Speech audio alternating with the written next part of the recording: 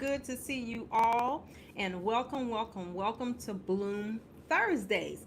If we have not had the privilege of meeting, I am Lola Moore Johnston, and it is my honor and privilege to teach women purpose, mastery, and faithful productivity. I am excited for the opportunity to address you on tonight, and I cannot wait to get into this material for tonight.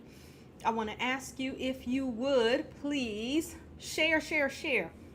Make sure that you tell somebody that Bloom Thursdays is on, that they do not want to miss it. And wherever you are, make sure you subscribe. Subscribe to the page that you're watching on. If you're on our YouTube page or on the Bloom Movement page, please do me the honor of subscribing. We want to make sure that we give you all the juicy content that is coming through here. Thank you. So, want to see, number one, where you're from. Hey, Nassau, I see Nassau in the house. I would love to see where you're from. So go ahead and make sure that you are on, you are in. Hello. I see someone saying they cannot hear. If you can't hear, let me know so that I can make sure that I have my stuff together. In fact, let me look at it right now. Oh, here we go. All right, that might be better. Good evening. Well. I hope that you can hear me now. I think the volume should be a little bit better. God bless you. Thank you so much. We got Jackson, New Jersey in here. We got Memphis. I see Nassau, Bahamas. That's in. Thank you so much. Madison, Mississippi. Thank you so much for coming and for being a part of our time together. And again, make sure that you have subscribed to the page that you're watching on. Hey, New York, good evening. Good to see you. And make sure that you have subscribed to the page that you're on. Thank you so much for coming on tonight. And again, let me introduce myself. Since you didn't hear me last time, I want to make sure that you know that I am Lola Moore Johnston, and I teach women purpose, mastery, and faithful productivity. And I'm happy, so happy, very happy that you have chosen to join us during Bloom Thursdays. We are going to be here every Thursday night, 8 p.m. Eastern Standard Time. So go ahead and put it in your little calendar, or however it is that you remind yourself of what's happening. Hey, St. Thomas, I see Bermuda. Come on, New York, the Bronx, Dallas. Hey, come on in here. We're so glad to have everybody here and watching Bloom Thursdays. So again, every Thursday night, 8 p.m. Eastern Standard Time, we're going to be here. Make sure that you share it with your friends, share it with your neighbors, and you can find us every Thursday night at Facebook, The Bloom Movement Now, and then on YouTube, The Bloom Movement. Thank you so much for joining us. Palmdale, California, y'all keep on coming in, keep on sharing where you're from. St. Thomas, hello, come on, New York. Good to see y'all in the house on tonight. Well, if you have been following us for the past 2 weeks, hello, DC. You know that we have a book that we are reading. Now, the time is ticking down, and so I want to make sure that you're able to follow with us in this book. It is called Success from the Inside Out. Few ladies have reached out to me and talked to me about how powerful this book is. I'm telling you, this story is amazing, and I don't want you to miss out as you are forging your own journey of self-discovery and purpose mastery. And I want to make sure that we are partnering with you and giving you the very best resources. So won't you take a look again at this this introduction for Ms. Nona Jones, Success from the Inside Out. I wrote the book Success from the Inside Out because as a survivor of childhood physical and sexual abuse, I was told for so many years that I didn't matter and I didn't have value. And the favor of God was on my life, and He took me to places I would have never imagined in my career. But the brokenness of my past followed me with every successive promotion, until I discovered one day that until you forgive the people who broke you, you will never truly understand what it means to be successful. You see, there is a success that empties, and then there's a success that fills. And the only way that you can have a success that fills you is when you remember that God created you with purpose, no matter what title you wear, no matter what car you drive. And I hope that you will enjoy this book because it truly is my story of faith, forgiveness, and redemption. God has a purpose and a plan for your life, and I'm a testimony to that fact. Yes, indeed. Success from the inside out. I'm seeing some people in the comments saying it's a great read. How many people, if you have been reading it or you have the book, won't you just raise your hand or wave it or let me know that you have it in the comments? I'm telling you, if you read this book, it is amazing. I got some wonderful tidbits for success from this book, and I think that it would be incredible for you to read as well. Hey, Freeport, Grand Bahamas in the house. We already said hello to Washington, D.C. Michigan is in there. And so we thank you all for sharing with us where you're from. And I'm, again, so thrilled and honored that you're sharing this part of your evening with me. I'm not going to be long tonight. Now, of course, I am a pastor, which means that when I say I'm not going to be long, that the lightning of the Lord is going to hit me and something's going to take off and I'm going to wind up being long. So anyway, I'm going to try not to be long, right? Hey, Birmingham, Alabama. But I wanted to talk about something tonight that is a subject that I think is important, and that is practicality versus passion.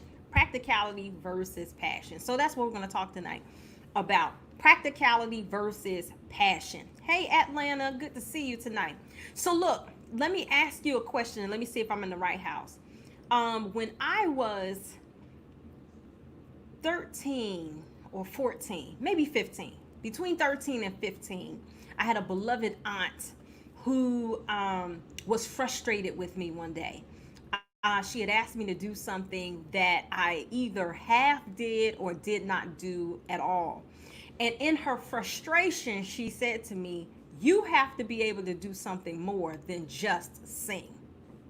Now, I was a person at that time who was known for singing. It was my singular contribution to my faith community at the time. I was a part of choirs, I was singing solos, and I was asked to sing often. And in my mind and heart, it's really what I wanted to do for my life's work. I wanted to be a singer. And in that moment, there was a seed planted in me that I could not pursue singing because singing was not necessarily real work. It was introduced to me in that moment that I needed to not be so serious about singing. I needed to do something that was serious. And I wonder if there's anybody here who in their childhood, in their young adulthood, had someone who was well-meaning, who talked you out of doing something you were passionate about. You were, playing sports, or you were, studying something that seemed out of the world. Hey, Mom. And you were talked out of doing something that was a passion point for you. Is there anybody here that had that experience? I realized that that place there was pivotal for me as I was determining how I would prepare for life. And it took me a long time. To get back that passion, and to feel like it was something that was actually worth considering.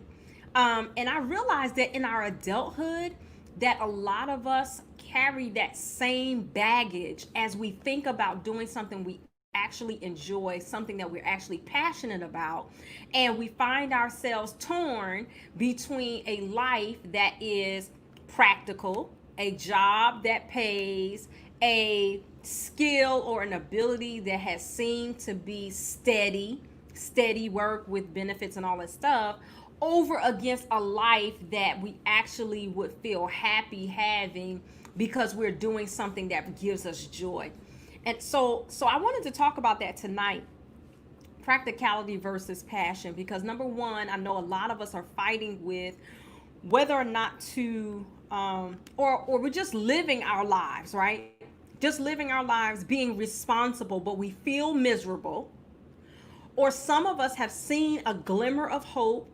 We've seen that there is a window, a small window, walking that could lead us into walking into a passion place, and we want to know whether or not to launch completely in, or if we should hold off. And I wanted to talk about that because I see in my comments that there are several of us who have had that experience. And by God's grace, there's somebody here. I want to know also if there's somebody here who was never discouraged from walking in your passion. If you are walking in your passion now and you have never been discouraged about walking there, I want to make sure I'm talking to everybody tonight. And there are likely some people as well who are walking in passion. They love what they do, they're enjoying what they have done, and they have never been discouraged from doing that. And so if you have never been discouraged from walking in your passion, I want to hear from you as well. So I want to talk about this balance here between practicality and passion. Can I live or do what I am passionate about and still be practical? Does it require me abandoning practicality in order to walk in my passion? How does that shake out? I just wanted to talk about it a little bit. So for me, practicality has always been centered around a job, a good paying job. And so when I was going to college, I was trying to select a field of work that was going to be a good paying job, right? So I looked at education, I looked at psychology, I looked at nursing, I looked at several things, and I looked at ministry. But to me, ministry was always like Bible study. So I went to school for Bible study because I didn't know that I could be a pastor. And so I kind of took the impractical route, the right on out there. So all of that being said, I was thinking about how it is that I should proceed, because I was really passionate about music, and I realized I was passionate about Bible study, but I didn't really know how to walk it out. And so I took the next 14 years really walking this journey of going back and forth in my mind and trying to figure out how is it that I can be practical and I could do music. Then there was some times where I said bump practicality. I want to do music because I want to do what I'm passionate about. Then the word of God came on me. It was like fire shut in my bones, and I couldn't stop preaching because it was just in me and all that stuff. So I found a lot of time that I felt conflicted because I had been told that what I loved to do was not practical. What I love to do around studying the Bible was not practical because I was a woman and I could not preach. And then I was also in love with music, where there was like 1 in 10,000 who actually has a full-time singing career that could support them and a family. So I went around for a long time with that, and I realized that as I talk to people now, that there are people who still have those voices inside of them. And so this is a few things that I wanted to talk about when I talk about practicality versus passion. I realized that, and somebody says in the comments, is it possible to do both? Well, we're going to talk about that tonight as well. I realized that number one, and this is not the number one I had down, so let's do it differently. There is someone making millions of dollars doing everything that you can even think of. Everything. Anything. So the idea of practicality really is one that is rooted in fear. And I want you to hear me all the way out. Practicality is rooted in fear. It's rooted in fear because we realize that there are going to be bills that come up every month. You're going to have to pay a mortgage. or rent for, to live somewhere. You're going to have some type of way, if you have a medical incident, to pay your medical bills. There's going to be something that you need to do in order to take care of yourself and take care of your family. But practicality, if we allow it, practicality can become an idol. And what happens is we become so consumed with practicality and stability that we are no longer open to the voice of God when God is sharing with us something that might seem impractical. And so I think about scripture and how many times the road that God was telling someone to take seemed impractical. You think about Moses. Moses had been dealing with his father-in-law's sheep for 40 years. And at that time, that was lucrative business. I mean, he had a major flock, and he had been with that flock for 40 years. The work is steady. His children and his wife are all right. They're in the family business. They don't want for anything. They're not hungry. They're not thirsty. They have a place to stay and everything. And God tells Moses, I want you to go to Egypt. And I want you to go and risk your life by telling Pharaoh that the slave trade that he and Egypt have been built on for the last 200 years, you want to dismantle it. You got to let these people go, right? It's impractical, right? You think about God coming to Abraham at 75 years old. He's also with his family. He has a wife. They have lots of wealth. They have, established themselves in a city where they have been for a long time, and they are doing well. And God tells them, get up and go. And the place I'm going to send you to, I'm going to show you. I'm not giving you an exact location. I will show you when you get there. Impractical. And so the leading of God often seems impractical. And when the leading of God comes to us and we have made an idol out of stability, we become inflexible. And so we find ourselves in crisis, because I feel God calling me this way, but I have a home, I have a car, I have kids who have, need a Christian education, all these kind of things, right? Okay. Now, this is the thing. God allows us to have jobs. And those jobs, praise God, do give us money that allow us to be able to pay our bills and all those kinds of things. But we have to learn how to wear those jobs loosely, so that if at any point in time God tells us it's time to move, that we have the mental and emotional flexibility to make a move. So this is the thing. This is where we're going to have to stretch, because I'm not telling you don't have a job. I'm telling you don't be married to your job. I'm not telling you don't have a career. I'm telling you don't be married to your career. Don't be a person who, if somebody gives you a pink slip today, that you're ready to jump out of the window. Those things happen with people because they do not see how they will be okay without that job. And this is the thing. God is a God who provides. He is our provider. And so if we as children of God have received a pink slip, then we know that the God who supplies all our needs according to his riches and glory has provision on the way.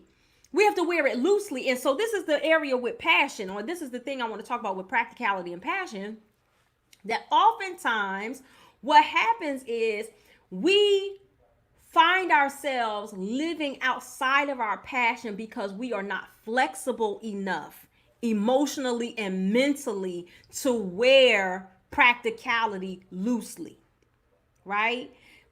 We become defined by the field that we work in, rather than realizing that the field I work in, that the place I work is only a place providing resources for me to do the work of God. So I'm going all out of order tonight. Y'all don't even worry about these numbers. In fact, let me find it this way. Here we go. So watch this. Your job is your first investor. So we're going to stop looking at our jobs as defining us, and we're going to start looking at our jobs as investors. This job is an investor.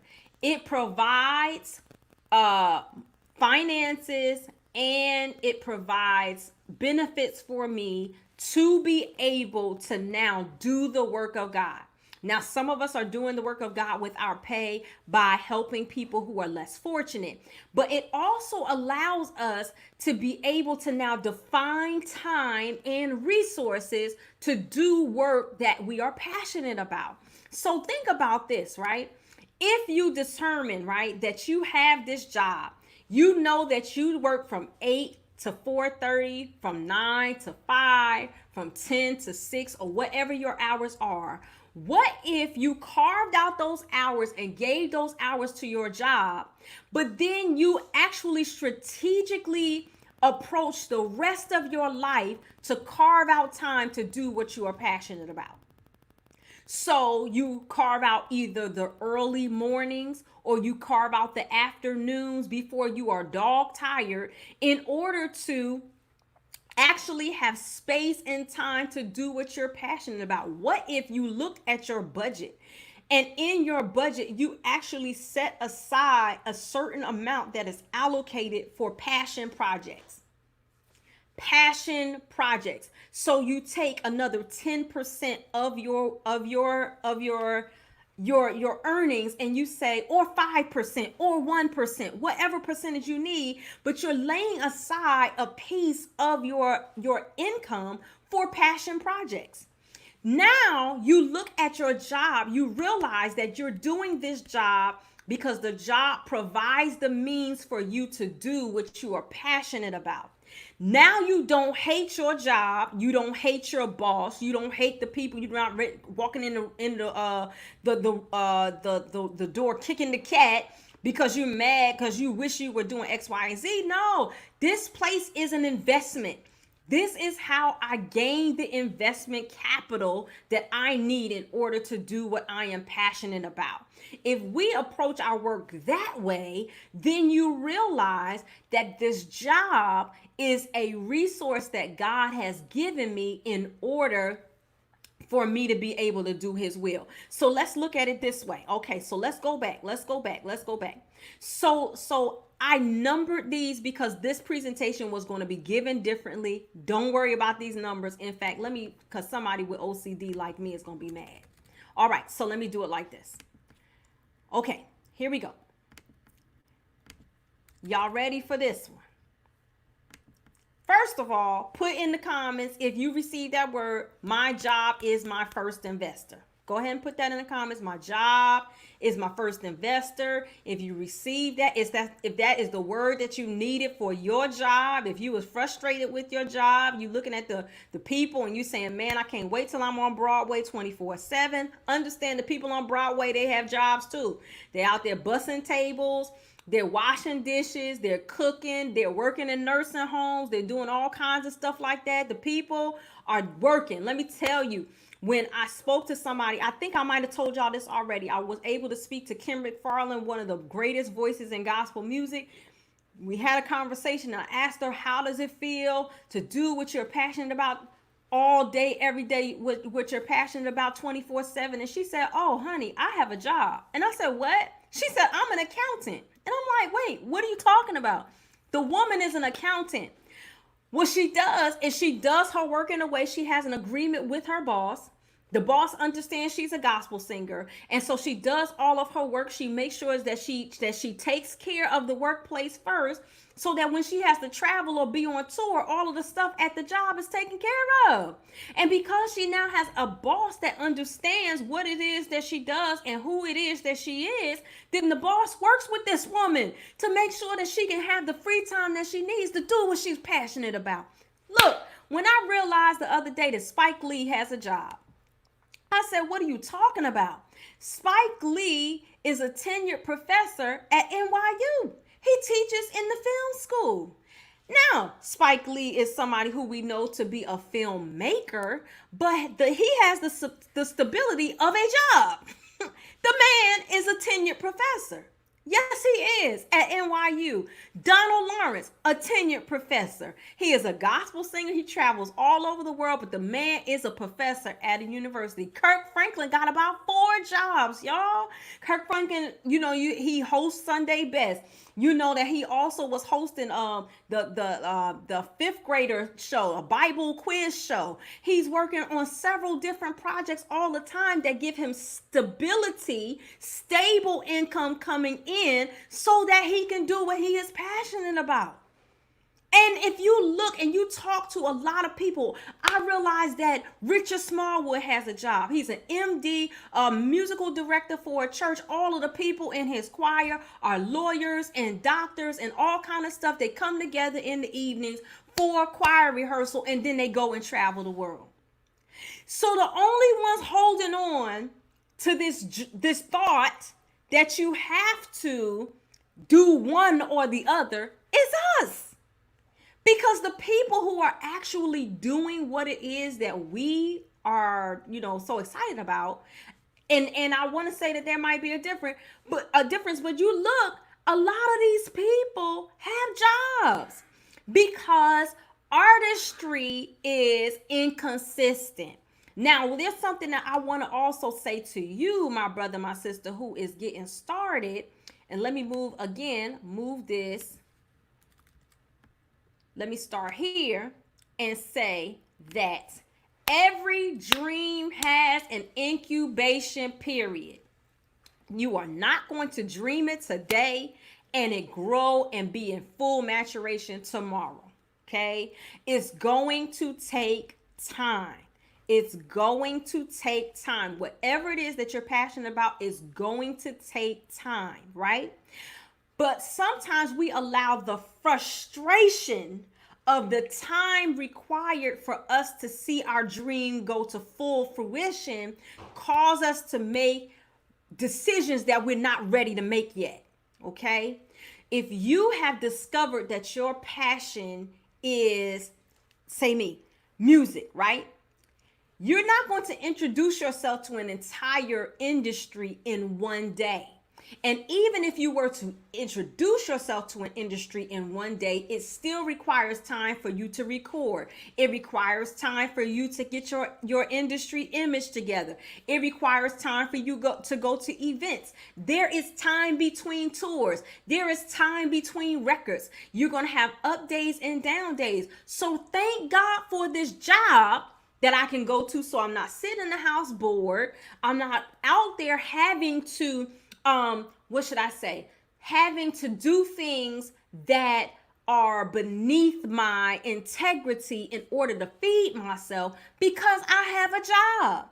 It may be a low paying job. It may be a job that I don't like today, but thank God for my little apartment and my little job because praise the Lord, I can eat. And so sometimes we allow ourselves to be pushed into this passion area prematurely, not realizing that every dream has an incubation period. It is going to take time. So take your time. Take your time. When you realize what your passion is, take the time to research it. Take the time to spend around people who do what you do. Take the time to grow in your craft, right? And your job is your first investor, which allows you the time not to have to launch right out and to make $1 million today, because you're not going to make $1 million today. It's going to take time. So understand, number one, that every dream has an incubation period. It has an incubation period. It's going to take time. So then the second thing is, during that time, be willing to do something you may not be passionate about to fund the thing you love. All right. Be willing to do something that you may not be passionate about in order to fund the thing you love. Somebody has already said in the comments, Paul was a tent maker. Peter, James, and John, they were fishermen. Matthew was an accountant. He was a tax collector. Jesus was a carpenter. Moses was a shepherd. And you look through all of these stories, all these people had jobs. They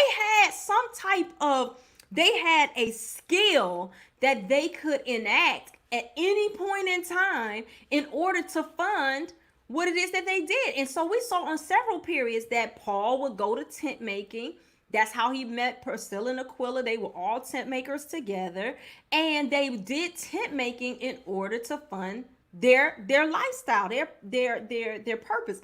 The other thing is, I was saying to my class the other day that Jesus had women who were walking behind him. Luke chapter 11 talks about these women who were philanthropists who actually funded Jesus's ministry. So Jesus didn't go around for free, like he didn't have a home, but Jesus was not broke. Jesus was bankrolled by these women who felt called to be his benefactors. So this is the thing. I don't know what their husbands did or how they got this money, but the thing is, somehow they got money that was what should I say? It was disposable income that could actually fund Jesus's ministry. And that is because they were willing to do something that they may not have been passionate about to fund the thing that they love. So look, if you are a young person and you have not made a decision about college yet or anything like that, there is something about having a skill that does not require 4 years in order to be certified for. I was talking to some of my younger cousins, and I'm saying, listen, in every season, every year of every decade, anytime you turn around, somebody is going to need their hair done, period. You might not be passionate about doing hair. You might not just want to be standing in the middle of the floor and stuff, but it's nothing like needing $20 to do something and not having to borrow the $20. You can say, well, you could just put up on Facebook, hey, I got a couple of slots open. I want to, if anybody's, need your hair done for this weekend, I got a few slots open. I can take you at da-da-da-da. Listen, people always need their hair done. Always.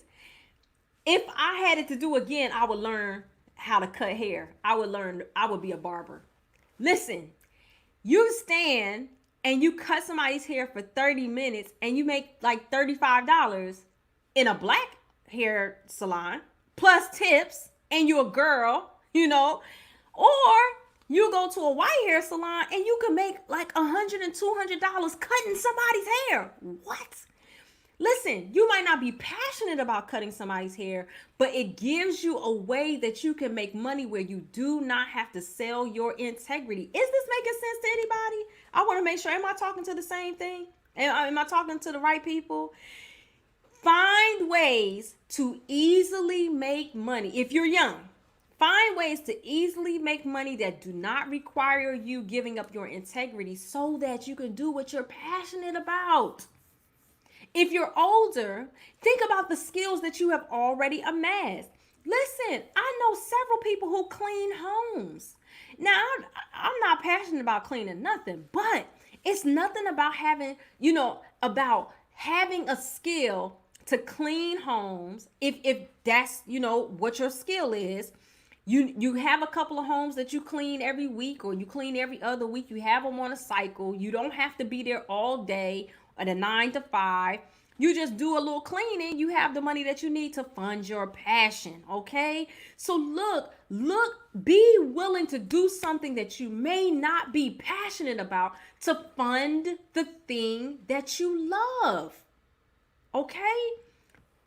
And you might ask the Lord, what are my skills? What can I do? What can I do today? Just today, I paid somebody $22 to port an email list from one service to another service. He may have taken 10 minutes to do that.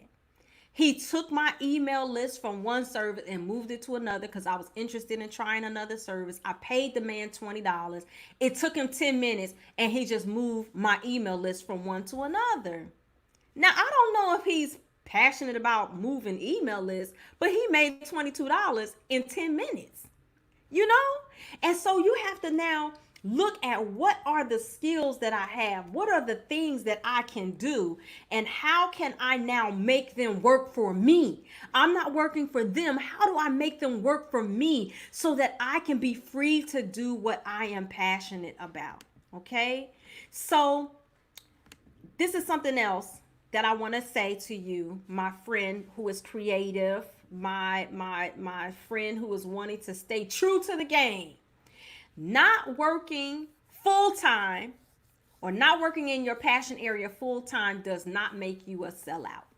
You are not selling out if all you do every day is not sitting somewhere singing to a wall, or, that doesn't make you a sellout. You can have a way that you make income until the incubation on your passion project is up. And if God allows, you can then transfer to your passion project. But I realize that more and more and more, there are people who are not wanting to put that type of weight on their passion project, because this is it. Relying on your passion and not receiving the type of return from your passion that you need will cause you to despise your passion. So there are people who have left ministry, there are people who have left music, there are people who have left all kinds of art and everything like that because they say it doesn't pay. It doesn't pay. But what if they had a ready source of income that was available to them and they didn't need their passion area to pay? Like, there are things that we say we would do for free. And if we have our source of income tight, then we can do those other things for free. I know someone who is a psychologist. She makes good money as a psychologist. And so, she goes to preach at churches and does not charge, because she does not have to charge churches to preach. She can just preach.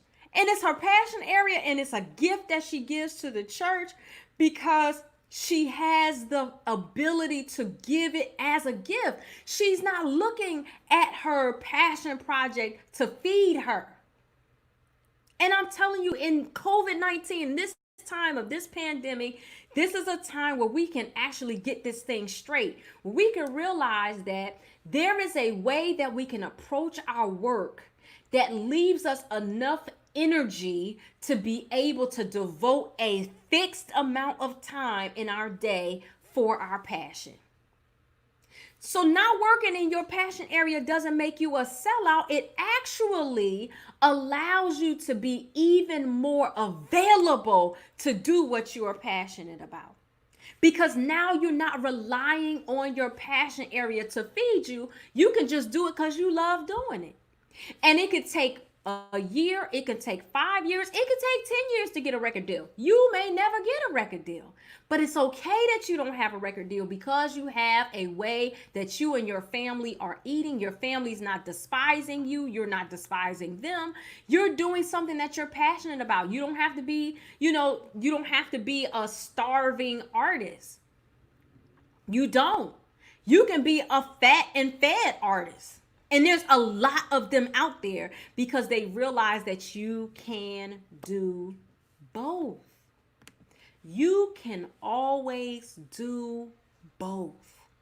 You can always have a job.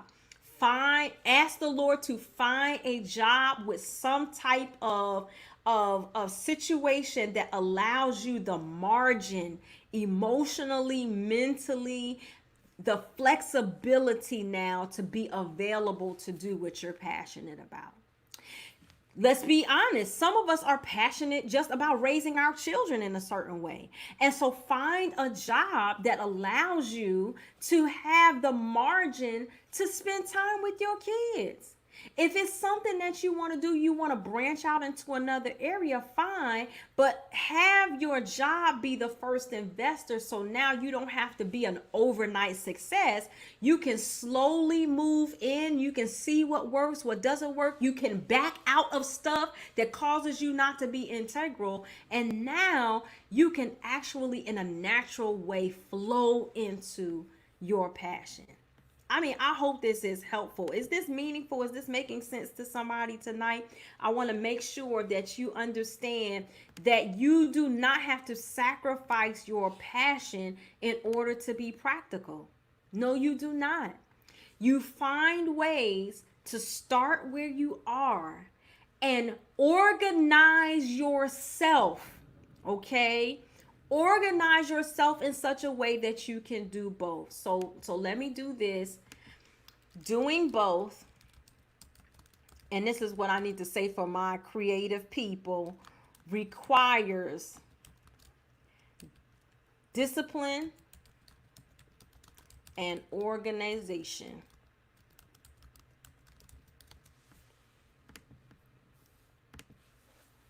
Doing both requires discipline and organization. You have to take control of your time and your resources. If you want to do both, you have to be able to account for your time and your resources. And a lot of us have difficulty doing both because we are not disciplined and we are disorganized. If you want to do both, you have to start by asking God to make you disciplined and organized. You have to be in place at a certain time, and you have to be out of place at a certain time. You have to go to bed at a certain time. You have to wake up at a certain time. You're going to have to be on time for work. You're going to have to leave work when you're supposed to leave work. And then you're going to have to manage the time that you have afterwards. Doing both requires you to be disciplined and organized. But if you organize yourself and you are disciplined, you do not have to sacrifice your passion in order to be practical. You can be practical by doing both. You can be practically doing your job and then allocating specific amounts of time to your passion.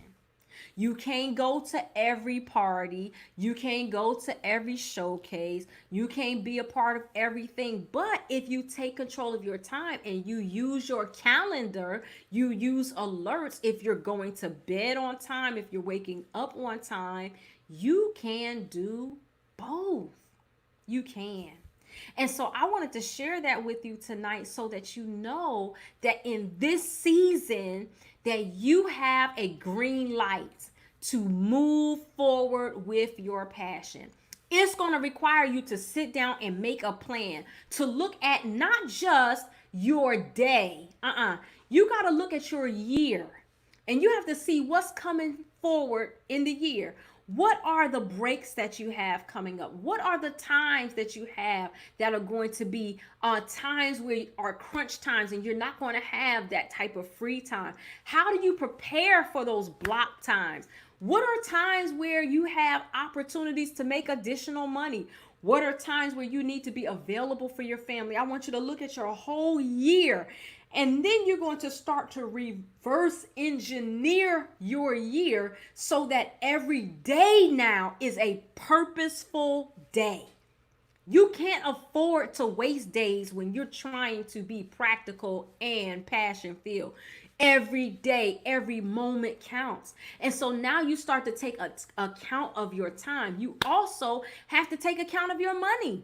If you know that now, so I just started taking a voice lesson. If I know that I have a voice lesson, now that means that I can't just frivolously do some things, some other stuff. So the money that I used to use to get my nails done every 2 weeks, I now reallocate that to having a voice lesson.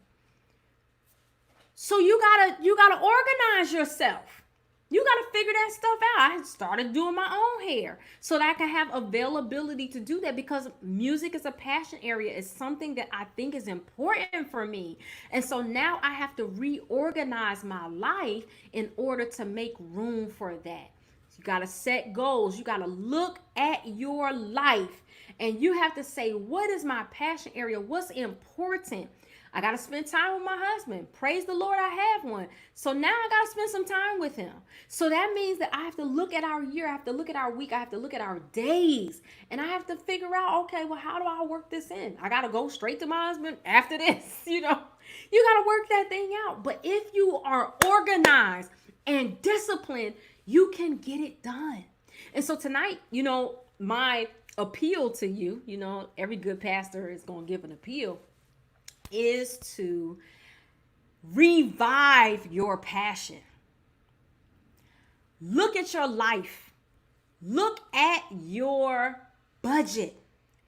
And look at how you can take control of your time in order to make room for your passion. You can do it.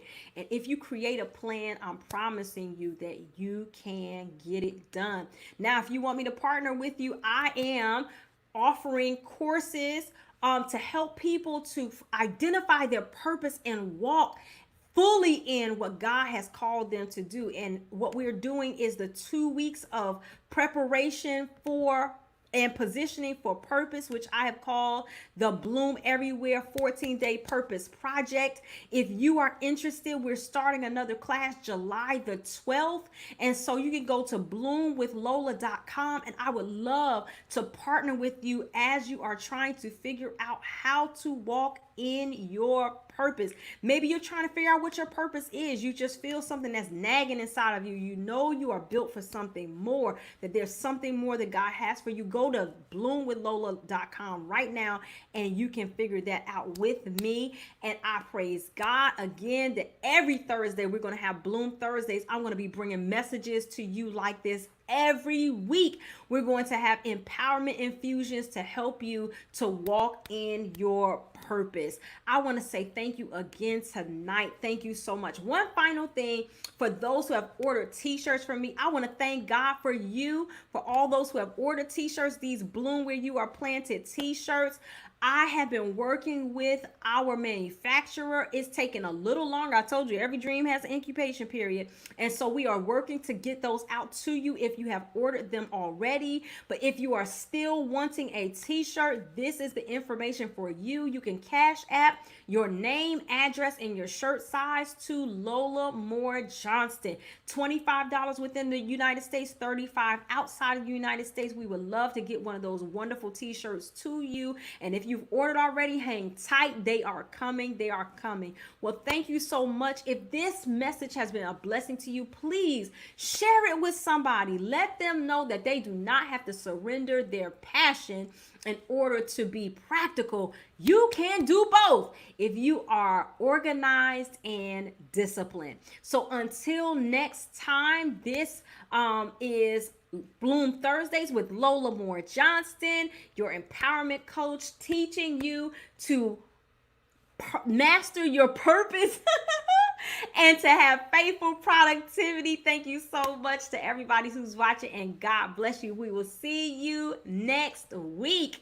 Be good, be productive, and God bless you. Oh, and our book. I wrote the book Success from the Inside Out because as a survivor of childhood physical and sexual abuse, I was told for so many years that I didn't matter and I didn't have value. And the favor of God was on my life, and He took me to places I would have never imagined in my career. But the brokenness of my past followed me with every successive promotion until I discovered one day that until you forgive the people who broke you, you will never truly understand what it means to be successful. You see, there is a success that empties, and then there's a success that fills.